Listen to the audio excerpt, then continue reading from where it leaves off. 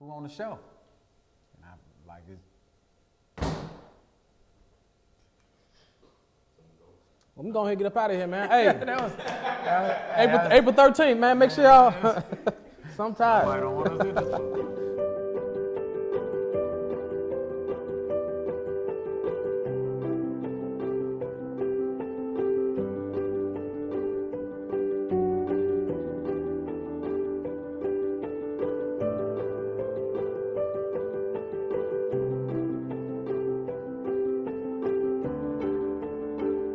You?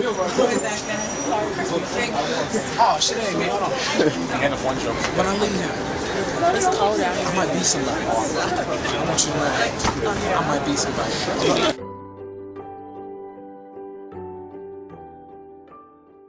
Everything up until that point, career-wise, was this is my big break. The weight of everything that I did was this is going to be the thing that's going to help me make it to the next level. Because my mind coming back to Chicago in 2010 was, I'm gonna come to Chicago for 6 months, I'm gonna take it over, and then I'm going to LA.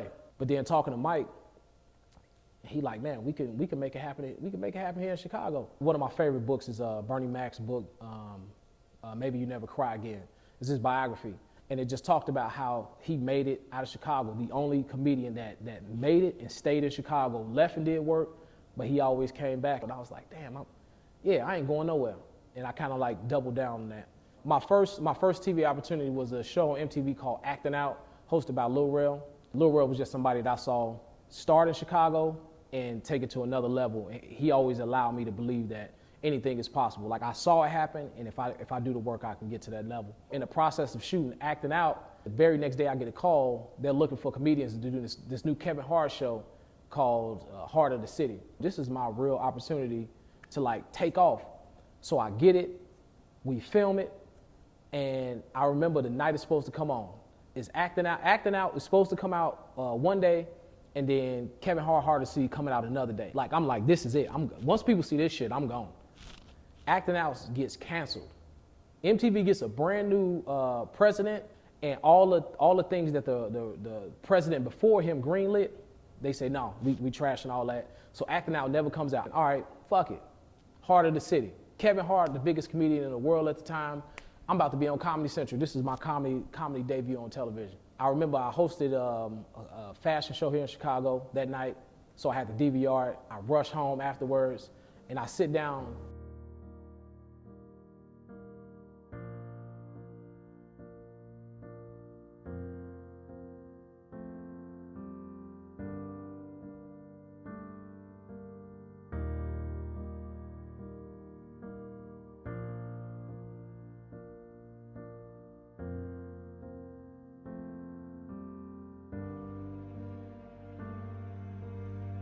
And I've never been more disappointed in my life. I've never been more disappointed in my life. They took my 8-minute set and they decided what they wanted to show. My set, to me that night in that room was flawless, and they sandwiched me between, two other comedians, and it was just like, I felt like unimportant, and then nothing happens. And that's the reality of when you put your mind to something, very rarely is it one thing that changes your life. It is a series of things and then an opportunity that's culminating, and then you take off. But I thought, for me, in my mind at that point, was like, yo. The first group of Bob Curry fellows were good.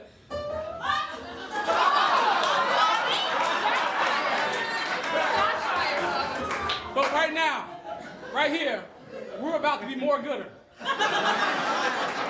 So for our next selection of archive scenes, we take you to a bar. I go back to Second City, I get a fellowship. There's a new program called the Bob Curry Fellowship. I get into the fellowship. It's like a master class of improv.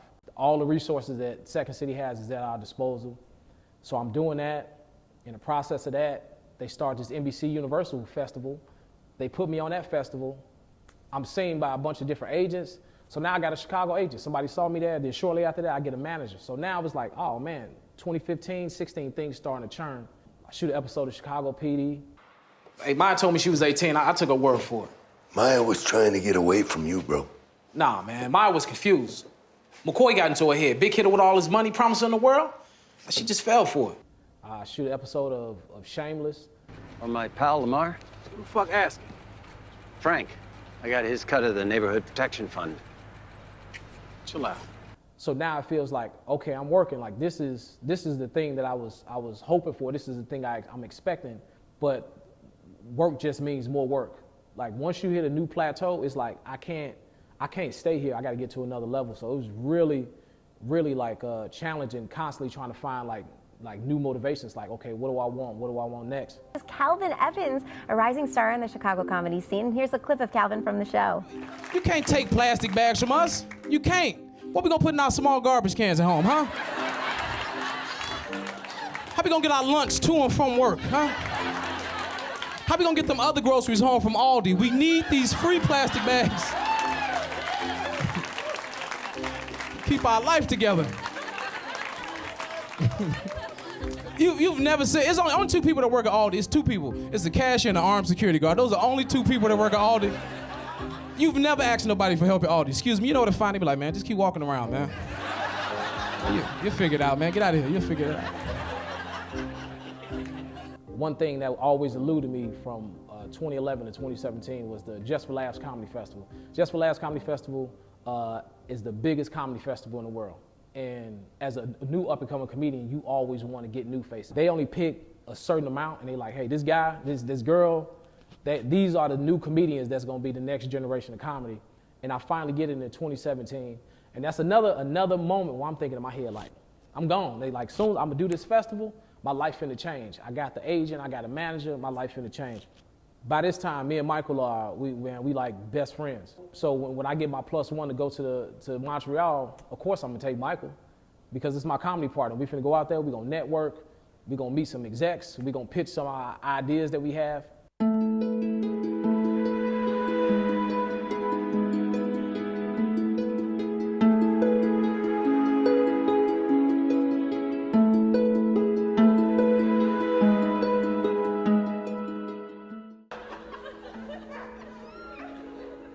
Just do things different. It was a lot of fun. I'm still skinny.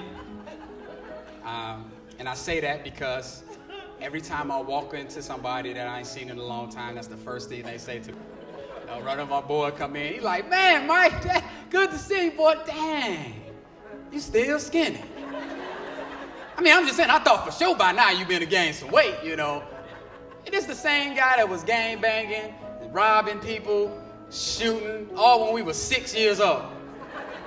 It could have been real easy for me to be like, hey, what up, man? Oh, man, you still alive? Man, I mean, I'm just saying, I would have thought for sure by now you be dead. Thought for sure by now, that's how we talk. Thought for sure by now you be dead. Everything was starting to click in that year. I was already acting, part of SAG-AFTRA, so doing TV and film, commercials. Third pick, Kevin selects Mikey for New Packer Scratch Games photographer, the taffy puller. So you planned accordingly. Don't go it alone. Sears Appliance Expert. But we can guarantee if you find a lower advertised price.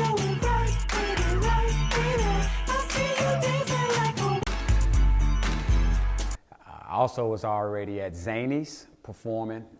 I was hosting, doing some co-feature work. In 2012, I think was the next big thing for me. The new Zanies in Rosemont hadn't even opened yet. It was going to be the first Zanies in the history of about 4 or 5 different Zanies throughout the Chicagoland area that was being built from a ground up. I reached out to Bert Haas and I said, hey man, I got this idea. I want to shoot my very first comedy special at the Zanies in Rosemont, and I want to do 12-12-12. And Bert was like, yeah, let me check the book, which he jokingly said because the club wasn't even built yet. So of course there were no dates, and he was like, yeah, the date is yours.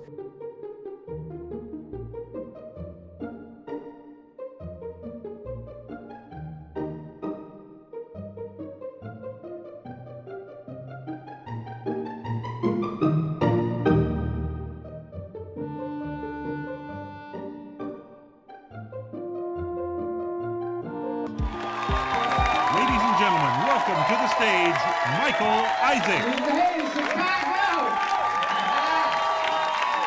That's what I'm talking about. Yeah. Running in Chicago, making it happen right here. Love here in Rosemont, Illinois. Y'all love the new Zanies? Let's hear it for the new Zanies right here in Rosemont. And so that was monumental because I had the foresight and the vision to shoot a special that was my first time headlining. I had already talked to Burt previously and said, hey, how do you know when someone is ready to headline if all you're seeing is that they're doing 25 minutes as a feature? And from that 12-12-12, Burt actually attended. He was like, in 2013, I'll start headlining you. And that's a big thing that a lot of people ask, like from you starting real seriously in 2010 and then in 2013 already being a headliner, how did you do that? And I was like, well, book a comedy show, sell it out in a comedy club that isn't even built yet. Michael Isaac, thank you all very much. You're making it happen right here in Chicago.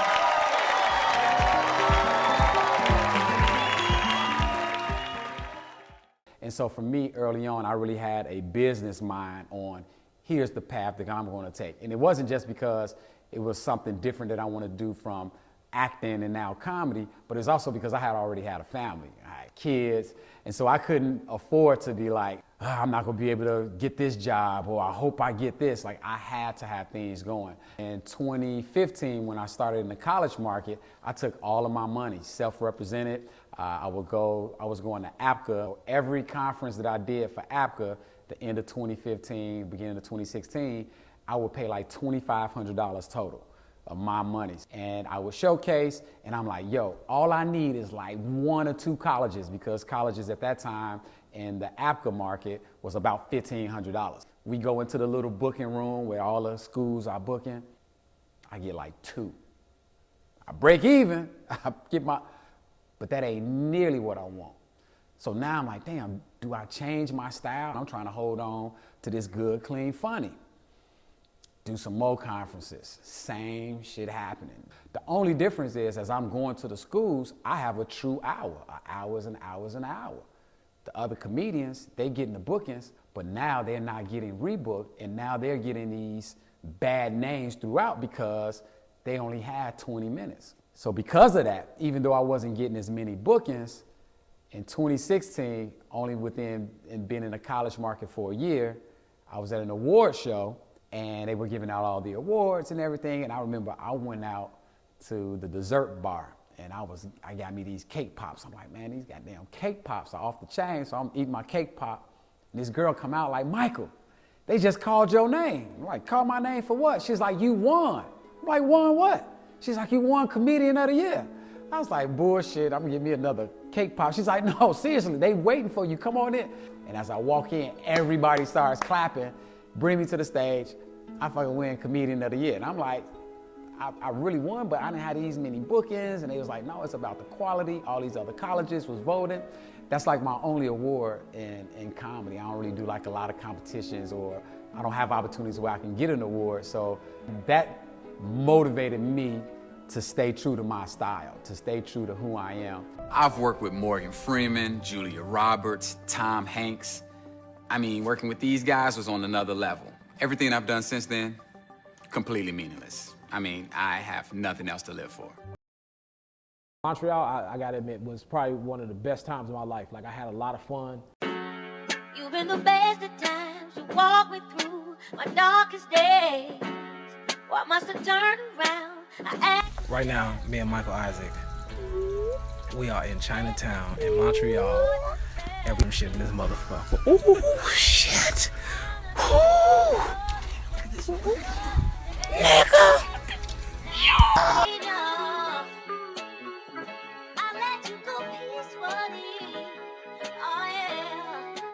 I love you, Mom.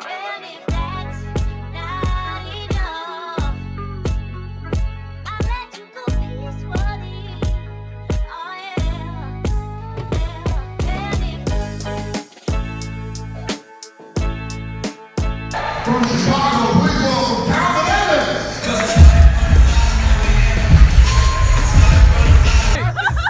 Get him or I'm gonna get you. The battle is on. It's the battle or oh shit. Oh shit. With the skip shoes. Oh, Usher. Michael, if you don't get him, I'm gonna get with you. This motherfucker is doing the oh shit. Oh shit, he dropped the shit. That one was Yeah, it's upside down. No, that one was it's upside down. Your gear is upside down.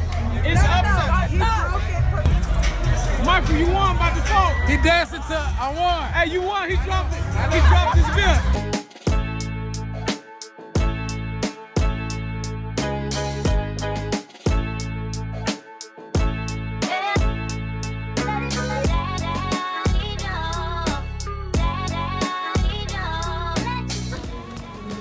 Woo! LOL taping. It's the second one. First was Heart of the City. Now it's LOL. Either way, I'm just playing. I'm good. I don't know how they do it. I ain't no real boxer like that. This is something like that. I ain't trying to crease my shoes. That's what's messing me up.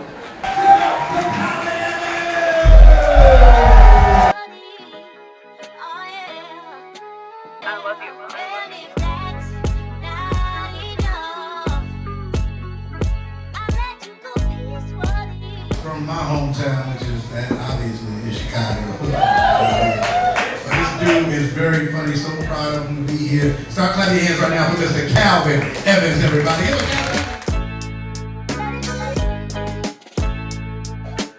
Right now, we are at the Funny or Die party, and I left my badge at home that says I'm me, and I had to go through 3 security checkpoints, and luckily, Michael Isaac had his badge on. Let me get that. His badge says, guest to Calvin Evans. So he was like, he said the coolest shit ever on the first one. So the guy was like, excuse me, monsieur, and he walked up behind me smooth like, no, he the one. Oh, I see. Smoothest shit ever. Came through in the motherfucking clutch. And his badge is motherfucking, he doctored this shit up. Put his face on this shit. But we in this motherfucker Funny or Die party. Last night of the festival, man. It's been a beautiful experience, man. Met a lot of people. Had some great shows. Missed some great shows. We coming back next year. This gonna be a Mahichi tradition. Mahichi tradition. Every year.